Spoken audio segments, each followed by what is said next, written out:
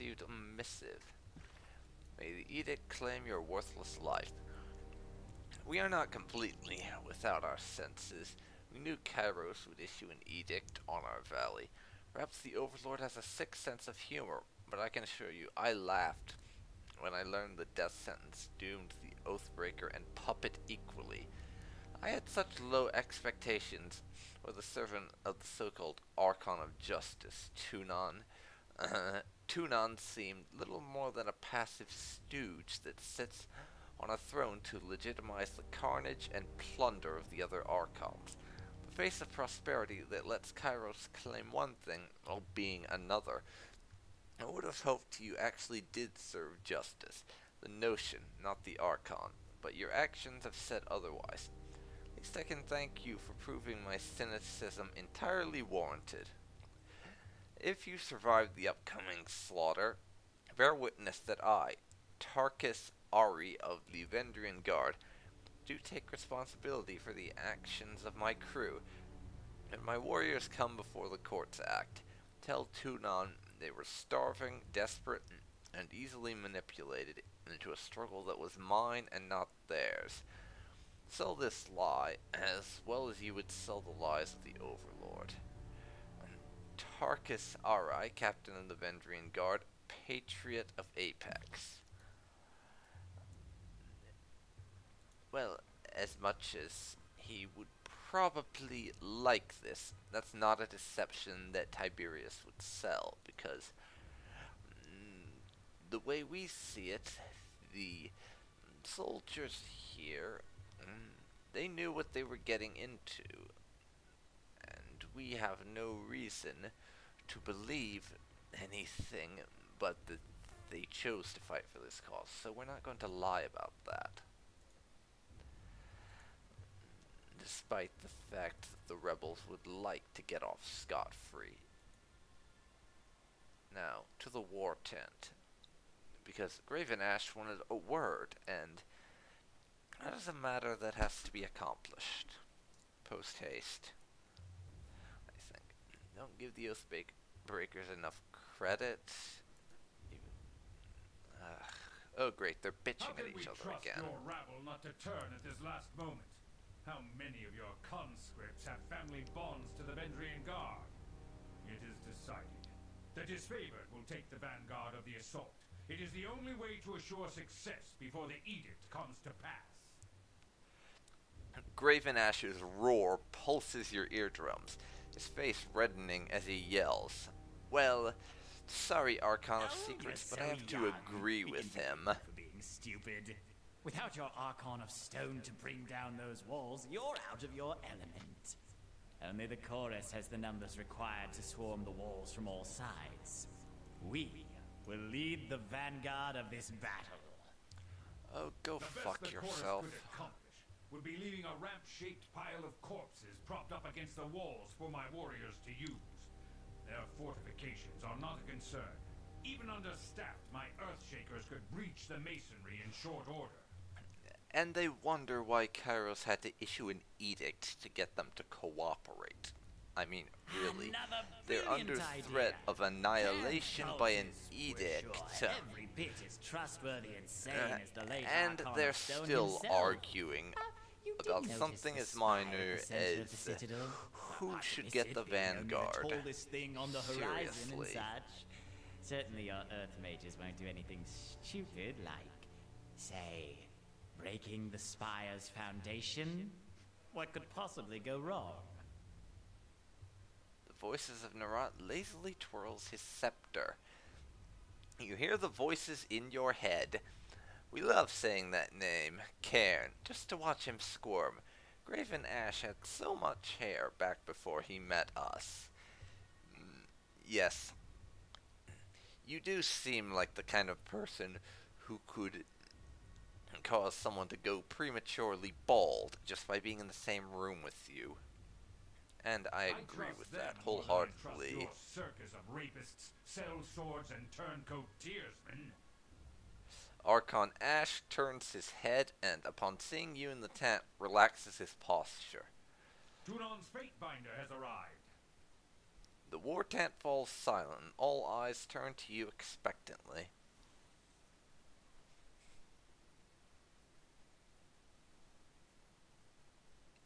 Our operation, and we really need to get things back on track. Our operation in Echo Call Crossing and Trip Nettle Wilderness, our operations rather, in Echo Call Crossing and Trip Nettle Wilderness were successful. Why aren't you two marching on Ascension Hall yet? Nothing would please us more than to be done with this wretched valley. Perhaps if we had more support from the disfavored, and from the court. Now that we are all assembled, I want reports. The Scarlet Chorus was going to resolve the Oathbreaker presence in the Outer Valley. What became of that?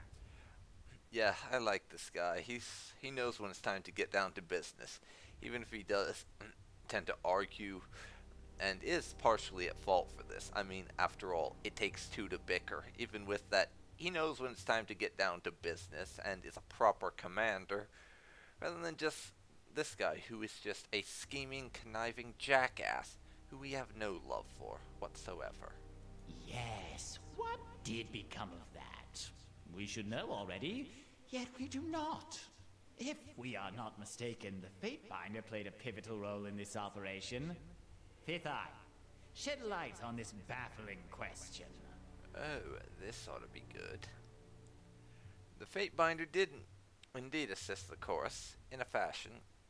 The Oathbreakers were cut down, but the Fatebinder's wrath spared none, and Captain Pelox Florian was not taken alive, much to our disappointment. The Fatebinder seemed to have applied disfavored justice to Florian. Such a waste.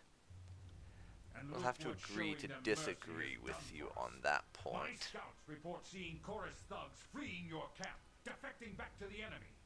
They are abusing your mercy, and you either don't notice or don't care. The former is negligence, the latter is treachery. And yes, there's really no discussing this. Tiberius has one opinion on this.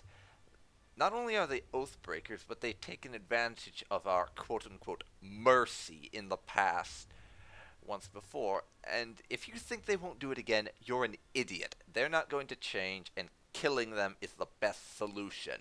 Iron Marshal, I understand we've established a foothold across the Matani. Report. Securing the Matani was a gruesome affair. An agent of the School of Tides still lives, and the river was turned against us.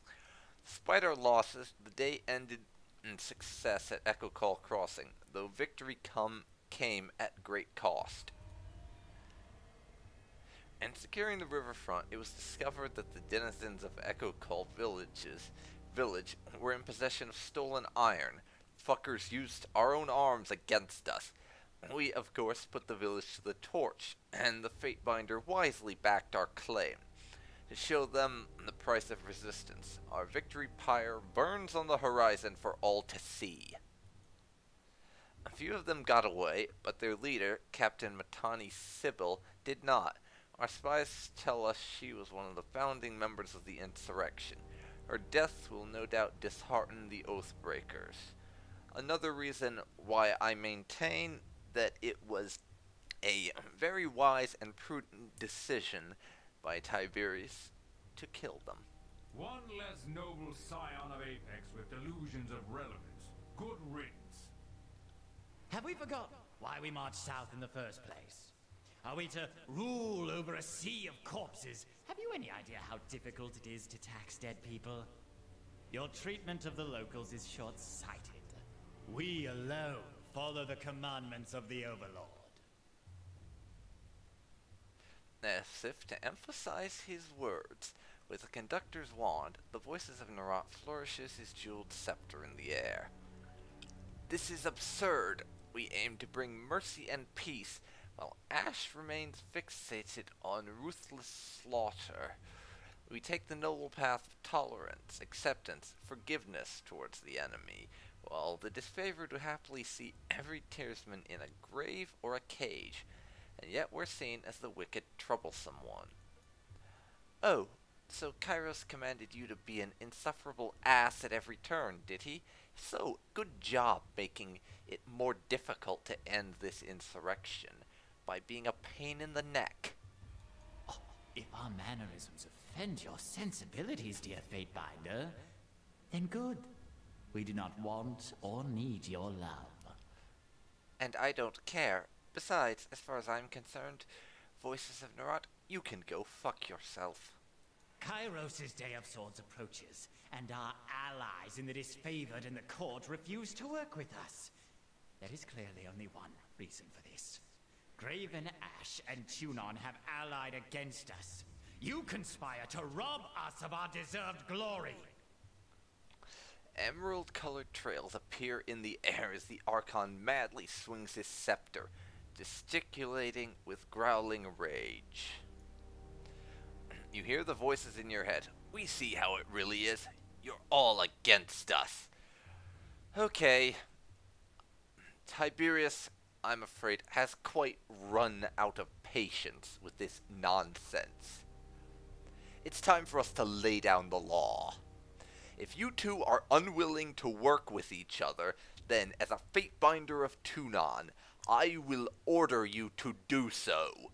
With whom do you stand? The voices of Nerat's mask tilt sideways as he lurches forward, wagging his scepter at you. The tent grows quiet as the gathering looks to you in anticipation.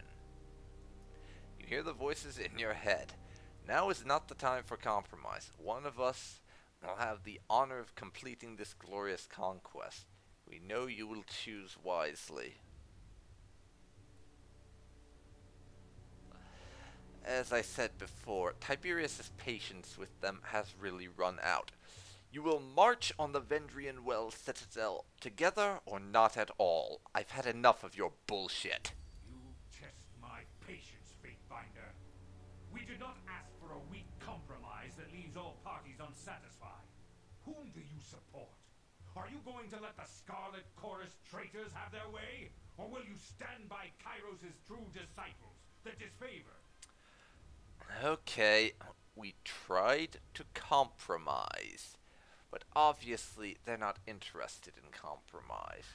Well, if I really have to choose one over the other, the disfavored will lead the vanguard. You've proven to be the only ones who are actually able to do your jobs properly. You honor us, as I knew you would. You have made the right choice. The disfavored have stood at the forefront of battle since the first days of the war, and now we have the honor of winning this final battle. Graven Ash salutes you, his fist striking his breastplate with a thunderous clatter. Our beloved Chorus! We have too many lives to protect.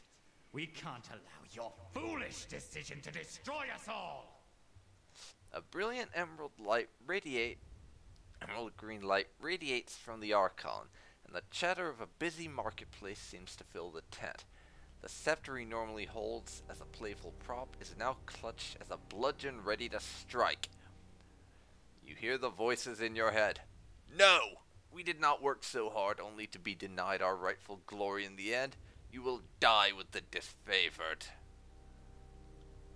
You would dare harm me and our guest from the court? The air crackles with electricity as Graven Ash lifts his maul to strike. Oh no, oh no. It's finally happened. We have civil war. We have a battle between the Archons, don't we?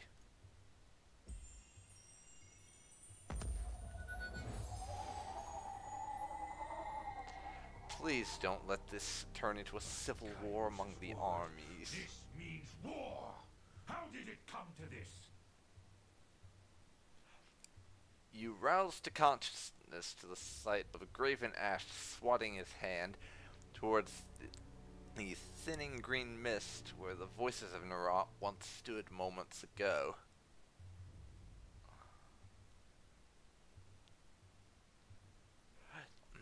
Well, We really don't have a choice now.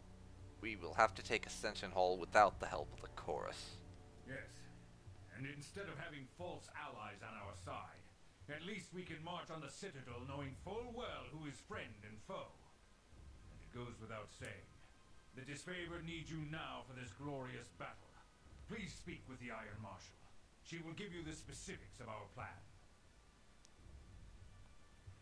And we don't need to ask if he's sure he wants to go to war against the chorus, because I don't think they really have a choice. I mean, as far as the chorus will be concerned, the disfavored killed their leader. They're going to want revenge.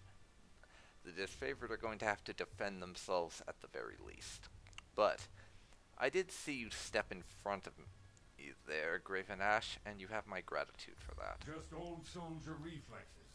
Couldn't be sure if it was trying a simple illusion or a bolt of fire.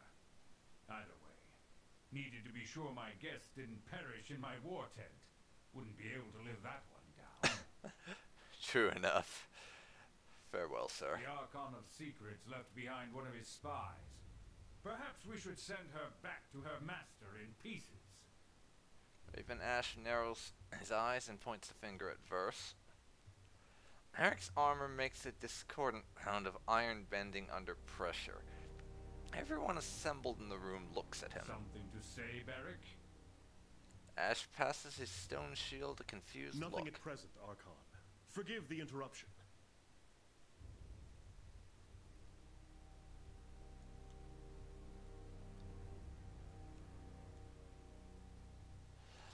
Okay, but yes, Verse is with me, because as odd as it sounds, Tiberius kind of likes Verse and has come to respect her opinion to a degree. You would harbor the Archon's henchmen in your company? This is aiding and abetting the voices of Narot. I cannot stand for it.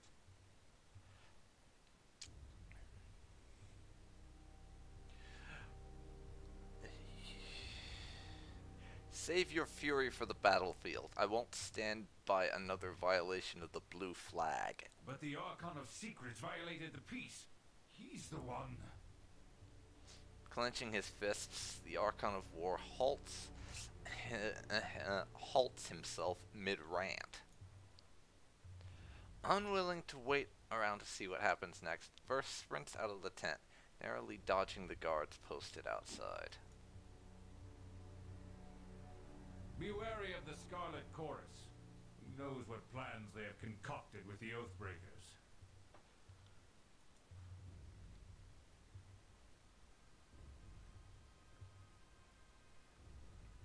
Okay.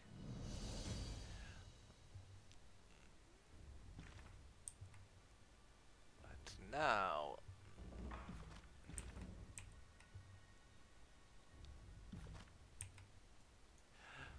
we have only 3 of us, but Verse is gone from our company. I don't know if we'll find her again, but I hope we do. I rather like her. She's an interesting character. And I'm hoping to have a chance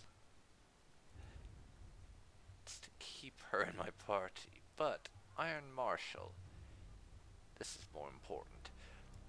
Time is upon us. Iron Marshal Arrhenius nods at you with a serene smile. We march on Vendrien's well to show the Tearsman the price of insurrection.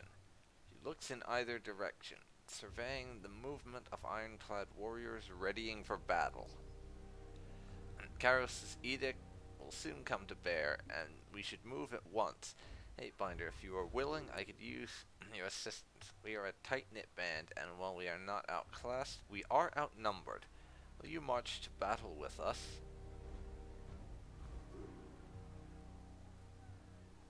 I'll join you for this battle, even if we have to spill some chorus blood. Tiberius has made his opinion of the Scarlet Chorus quite clear in the past, and they are to us pretty much little more than rabble, who are only fit to die so that their betters can live. Then our fight will be a righteous one, with the force and merit of the law on our side. Our forces are assembling as we speak. We will meet you at the Citadel. Graven Ash protects. She offers a firm salute, then turns to her troops.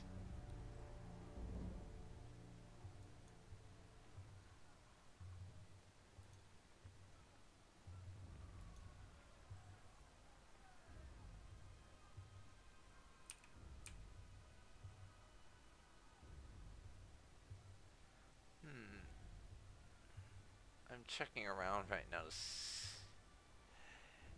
if there's anything we can do. We might not get Verse back as a companion.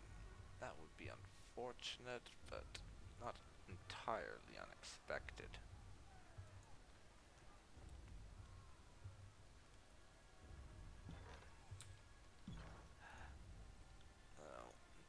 I'm going to save now, because before we go, I plan to rest.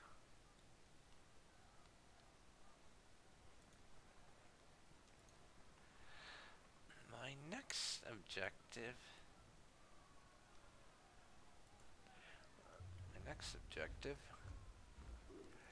is to head for the crossing.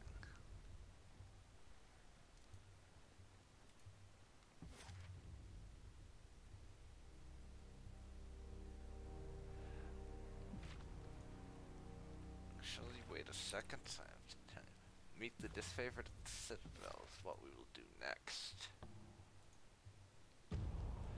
Which will take us 9 hours.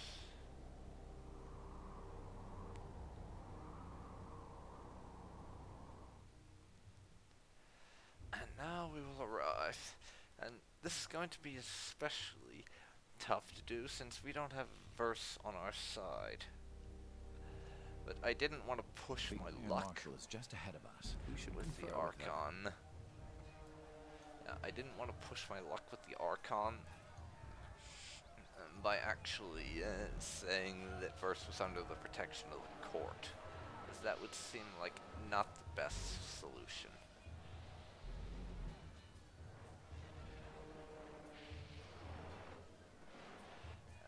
And our Earthshakers are working on the wall. Excellent. Fatebinder, come this way. The Iron Marshal welcomes you with a clattering salute. The enemy left only a pittance of soldiers to slow our advance. The majority of their warriors are holed up within the Citadel. No use trying to lure them out. We have to bring the fight inside. That wall, she points north, is where the Earthshakers are focusing their magic. They cannot afford to be imprecise with their tremor sigils with the spire so close. And we will need to contend with the defenders' mages if we're to crack the perimeter. What of the Scarlet Chorus? I'm wondering that myself. We got here first, and a surprise given how long it takes to get a disorganized mob to go anywhere. Make no mistake, I'm certain they'll descend upon us soon and complicate our dance. Raven Ash has authorized us to defend ourselves should any choirman obstruct or impede the taking of Vendrien's Well, or Ascension Hall even. I apparently can't pronounce things. It may mean having enemies at all sides, but the chorus are hardly a worthy enemy. The best they can do is delay us, but with the edict looming, stalling us is threat enough. What can we expect from the Oathbreakers in terms of actual resistance? Well, of late, we've given the guard a few lasting wounds. Captains are neutralized, their warbands scattered, and we've countered upwards of 24 slain warriors. Our Tidecaster is still alive. The scouts saw her making rude gestures from the parapet. We know a few of the sages survived the Edict of Fire. That survived the Edict of Fire even, have joined with the Oathbreakers, and there's a Tidecaster among them. The enemy cannot match our skill at arms. Perhaps their magical allies will make this a more interesting test of skills. Did you just want me to cause generalized trouble, or did you have specific plans for me? The enemy sages are working got some sort of protective magic that's keeping the wall held together. I need you to silence this resistance. Head east and secure a way over the wall. My troops aren't dressed for scaling. Kill the sages, the Earthshakers will clear the way, and we'll meet you inside. Now go with the glory of Kairos. If you are wounded in battle, come see me. Very well. Now we must find a way over the wall. More tallies to the body count. That's 4 rebels against 3 of us.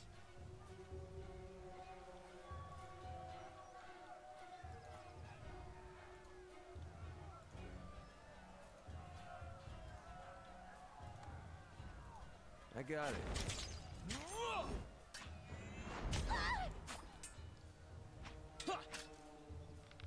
Oh, everything hurts.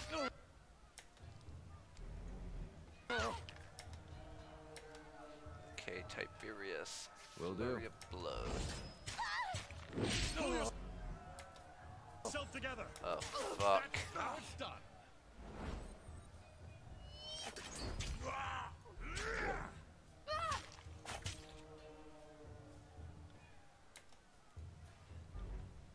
At once.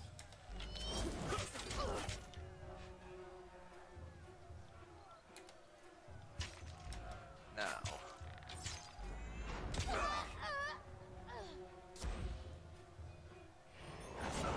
My armor feels lighter. At once.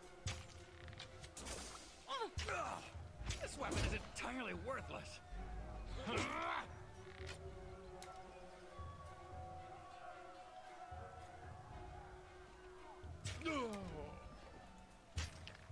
Oh, wonderful.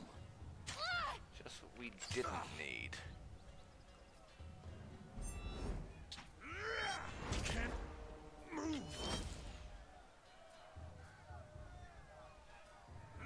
Go on then.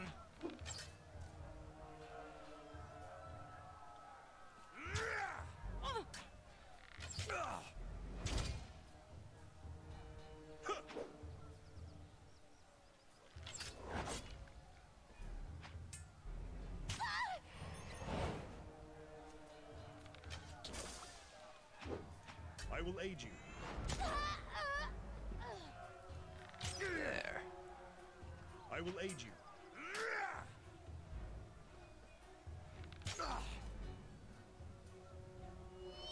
Can't move. Oh dear, this is not gonna go my way. I'll do it for the North. My armor is dented. Let me repair it. Dear. I'm going to lose here. I'm going down. Yes, I am. And my party died.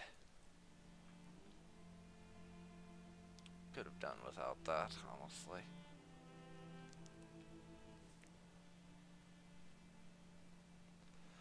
But still, some additional deaths are to be expected. My superior is I'm just down ahead a of us. party member. You will know her as the Iron Marshal.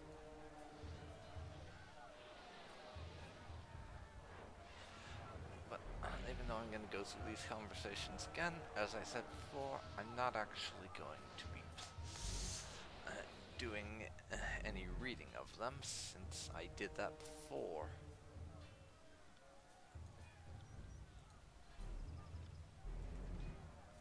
But I will click through them, so if you want to see it again, you can pause and read that, or just rewind to when it showed up earlier in this place. I got it. Found something.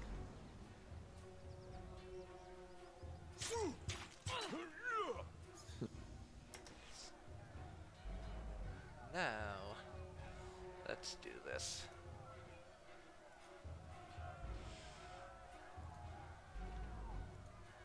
I'd have it no other way.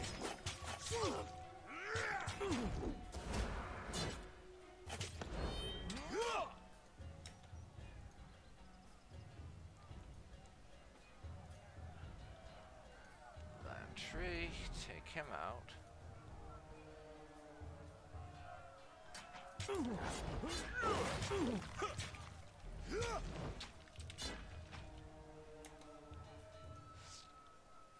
How about you, Tiberius?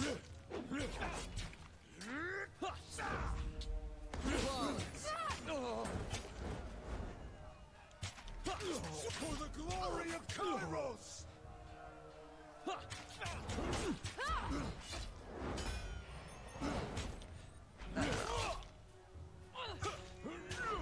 Damn it. This is so inconvenient.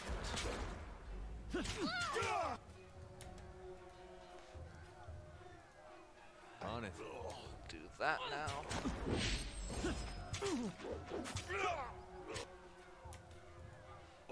Again. Attack.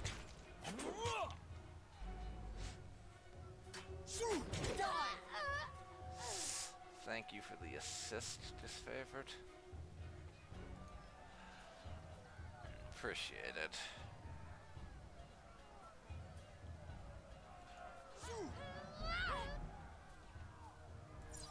More tallies to the body. Ah, rebels. Lovely.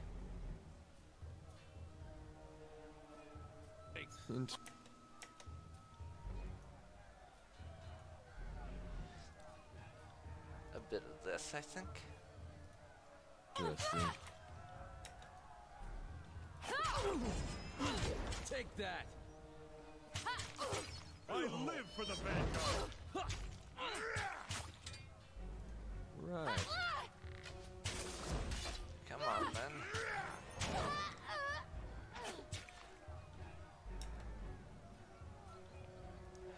Vendrien, you do that. Barrack, you can just attack. And same with you, Lantry. And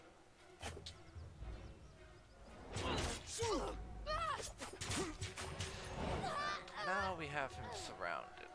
Good, good. Let's be off. This is proving to be quite helpful.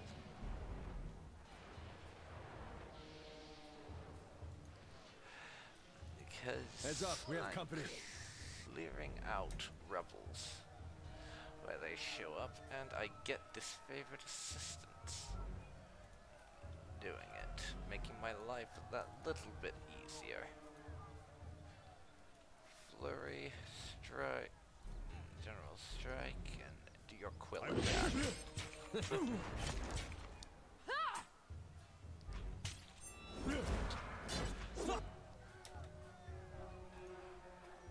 No, we want to attack the guy who's weakest. See what I see?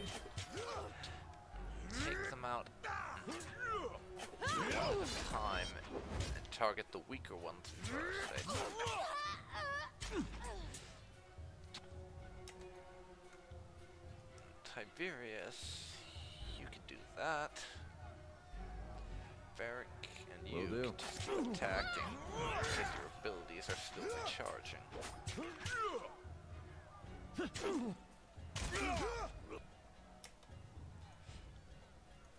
Tiberius, flurry. Varric, striking iron. And you can just straight up attack. This is going a lot better than it did the last time. We were fighting over this area of the map. This is useless. I should try something else. Unlike last time, we have backup.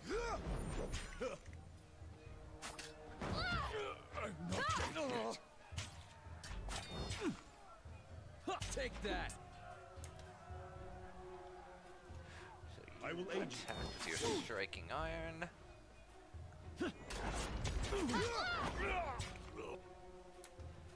Now, Tiberius, I got it. go over there and do your multi-blade strike. I'm always forgetting the names of these abilities. I need to work on that.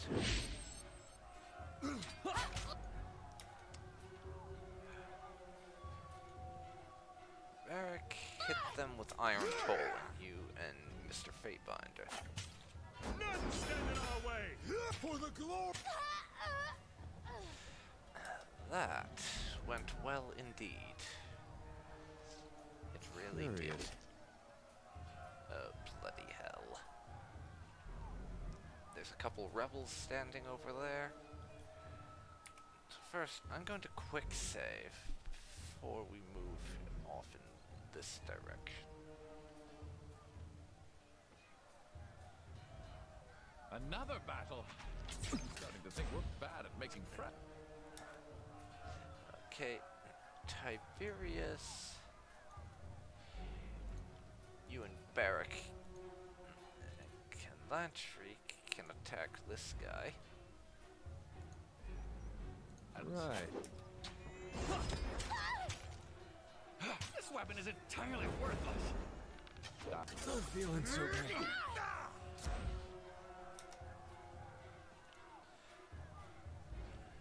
Okay, iron tolling, Lantry, I'll take quill care of it. flurry. I'm injured. Yes, you are.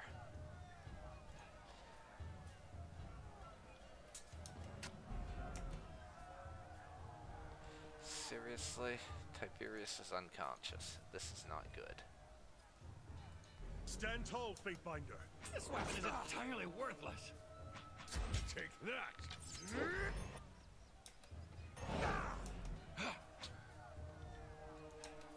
I will aid you. I feel faint. Oh, lovely.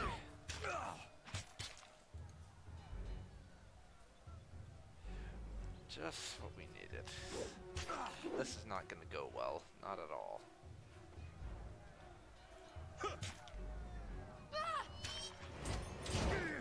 Graven Ash protects.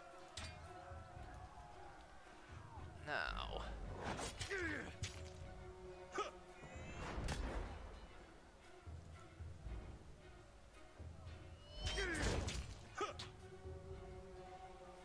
Now. I require needle and thread.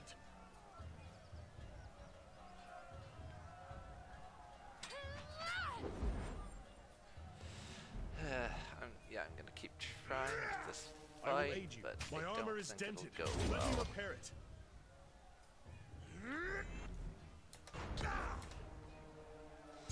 No, this is not gonna go well. I'm soon to be defeated, I believe.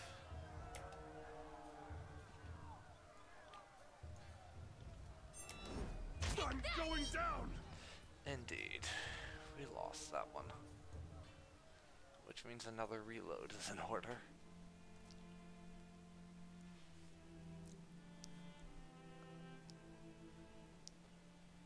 Well. Another fricking reload. Lovely.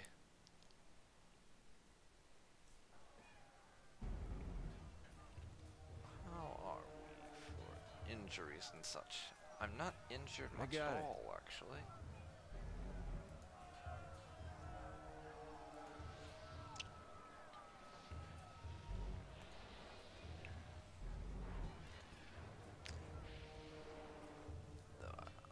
It would be nice to get a little backup over there.